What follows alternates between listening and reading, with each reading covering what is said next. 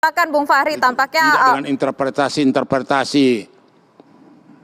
Baik, silakan Bung Fahri.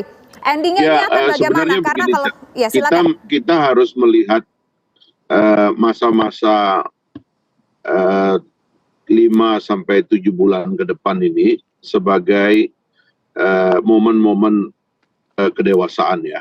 Memang kan biasanya politik itu membuat kita kekanak-kanakan kadang-kadang. Tapi menurut saya kali ini kita harus masuk kepada momen kedewasaan. Karena kita suka atau tidak, ada satu situasi sulit sekarang ini yang dirasakan oleh seluruh umat manusia dan seluruh dunia, ya, di mana para pemimpin besar di dunia sekarang ini tidak ada.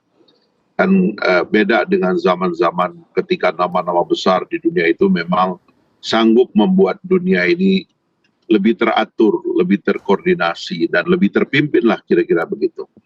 Tapi sekarang ini dengan pemimpin-pemimpin yang kesannya itu terlalu biasa-biasa dan tidak matang begitu sebagai pemimpin dunia, maka posisi Indonesia harus selamat ya. Kita tidak boleh masuk dalam jebakan konflik global.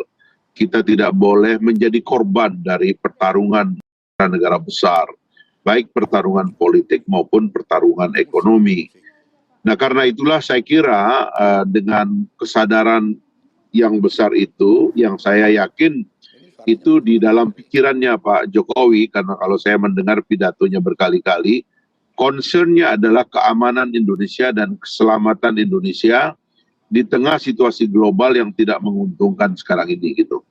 Itu sebabnya menurut saya kita mesti membaca apa yang dominan dalam pikiran Presiden, bahwa Pak Prabowo adalah menteri beliau dan sekaligus salah satu dari 3 calon presiden yang ada dalam kontestasi dengan sistem yang kita miliki sekarang ini, ya memang apa boleh buat, karena beliau masih menjadi menteri dan beliau juga adalah calon presiden. Kita tidak bisa hindari itu. Tapi menurut saya menyeret Pak Jokowi hari-hari dalam perseteruan seolah-olah rapat kabinet adalah rapat untuk mendukung seorang calon, rapat untuk menggandengkan seorang calon. Menurut saya itu yang harus kita kurangi gitu loh. Aktivitas para capres itu adalah satu sisi karena due date-nya itu mendekati. Tapi kegiatan Presiden menurut saya tetap dalam kerangka ingin supaya Indonesia ini rekonsiliasi, ingin legasinya ada yang membawa, dan ingin supaya dalam konflik global seperti ini Indonesia tetap selamat. Jadi pikiran rekonsiliasinya menurut saya dominan gitu loh. Itu apalagi kan beberapa pekan lalu Presiden mengatakan, lawang calonnya aja belum jelas kok, kan Presiden ngomong begitu. Itu saya tangkap sebagai upaya beliau menghindar juga untuk diadu-adu di dalam konflik yang terlalu praktis gitu loh. Karena itulah menurut saya harus dialihkan kepada pandangan-pandangan yang lebih positif dan rekonsiliatif. Jadi misalnya kalau Pak Jokowi ketemu Pak Prabowo dan Pak Erik, beliau sudah katakan ini menterinya, dua-duanya menterinya urusannya pindad. Pindad itu secara teknis diurus oleh Menteri BUMN, secara strategis diurus oleh Menteri Pertahanan. Itu dari saya dulu di Komisi 3 urusannya di Komisi 6 urusannya kayak begitu. Jadi ya biasa saja kalau beliau ngajak Ibu Iriana untuk melihat kunjungan, ini bukan pertama kali beliau ngajak istri beliau dalam satu kunjungan.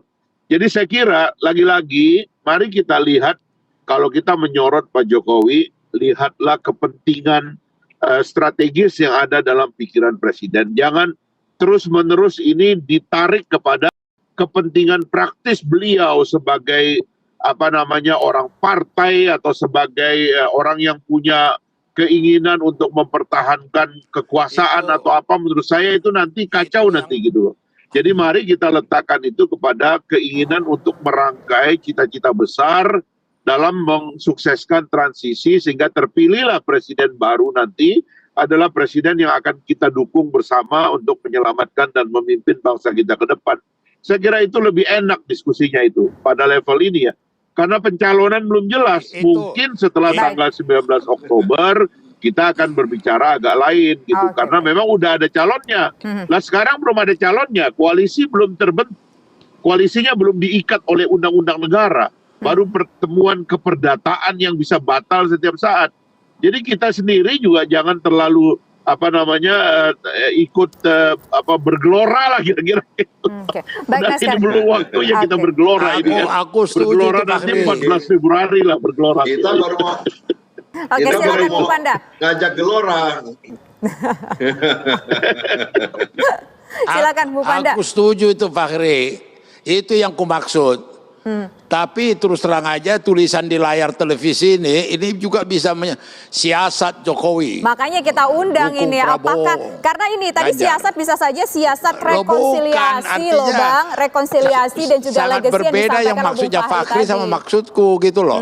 Tapi kan tadi disampaikan bahwa pikirannya Pak Jokowi sekarang adalah mendamaikan seluruh masyarakat Indonesia yang sempat terpecah belah ketika dalam kontestasi sebelumnya. Dan pikirannya adalah sekarang rekonsiliasi, bagaimana menyatukan seluruh masyarakat Indonesia. Jangan berantem-berantem masyarakat di bawahnya begitu Bung Panda. Nah, kalau dengan cara Langkah besar yang dilakukan, silakan Bung dengar Panda. dulu langkah besar yang dilakukan oleh Presiden Jokowi dengan mengajak Prabowo masuk di kementerian, menjadi menterinya, itu sudah langkah yang paling strategis dan signifikan.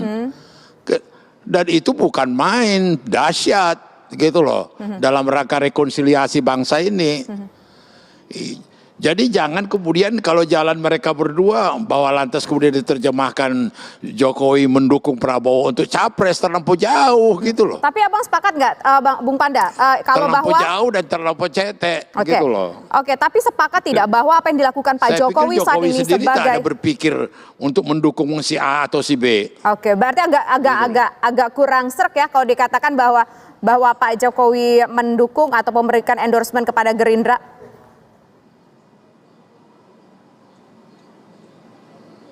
Halo, Bung Panda. Gimana? Jelas. Gimana?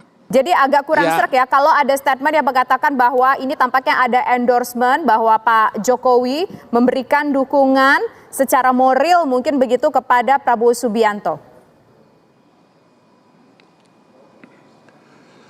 Itu bisa-bisa aja diinterpretasikan. Sebenarnya kalau dilihat dengan jiwa besar, ada niat daripada Presiden Jokowi mengangkat Prabowo menjadi menterinya. Itu kalau biasanya itu sudah diwongke, dijadikan orang gitu loh. Itu saya pikir langkah yang paling dahsyat dalam rangka rekonsiliasi bangsa ini, dalam rangka persatuan bangsa ini. Persatuan gitu loh. bangsa juga harus dijaga sampai Tapi nanti jangan selesai ya, kemudian Bung ya. diperalat Presiden Jokowi di baliho-baliho menjadi pendukung Prabowo untuk pencalonan presiden, itu udah keterlaluan. Emang siapa yang masang gitu ya, loh. Bung Kurang Panda? Kira-kira etis siapa itu. yang masang ya, kalau menurut Bung Panda? Jadi jangan kebaikan presiden itu dimanipulasi gitu Ya, loh. berarti ada resah. Yang masang siapa Bung Panda? Tahu nggak? Itu aja dari saya, pendapat saya. Oke, kalau gitu Bung Ferry, baliho-baliho ini dipertanyakan nih sama Bung Panda. Jangan pasang-pasang baliho. Siapa sih yang pasang-pasang baliho, Bung Ferry?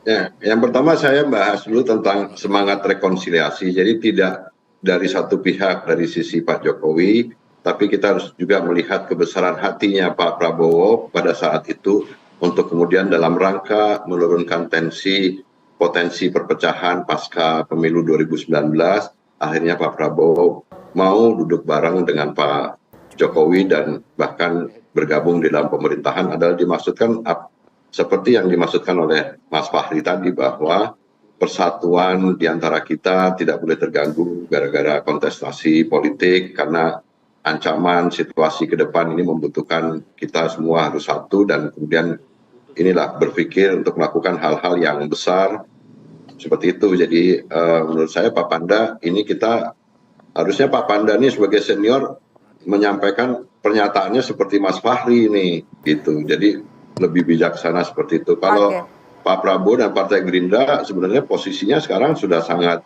menjaga hubungan yang sangat baik dengan semua partai termasuk dengan PDIP. Mengenai soal baliho, kan yang masang baliho juga udah pernah disampaikan oleh Pak Jokowi sendiri bahwa PSI pun masang Jokowi, Pak Jokowi bersama PSI, kemudian ada partai-partai lain juga masang. Jadi kan bukan hanya gambar Pak Jokowi bersama Pak Prabowo aja yang beredar di masyarakat. Kenapa Pak Panda juga menyoroti soal gambarnya yang hanya Pak Prabowo dengan Pak Jokowi. Tapi lihat bahwa gambar Pak Jokowi dengan partai-partai lain kan juga banyak. Baik. Jadi baik.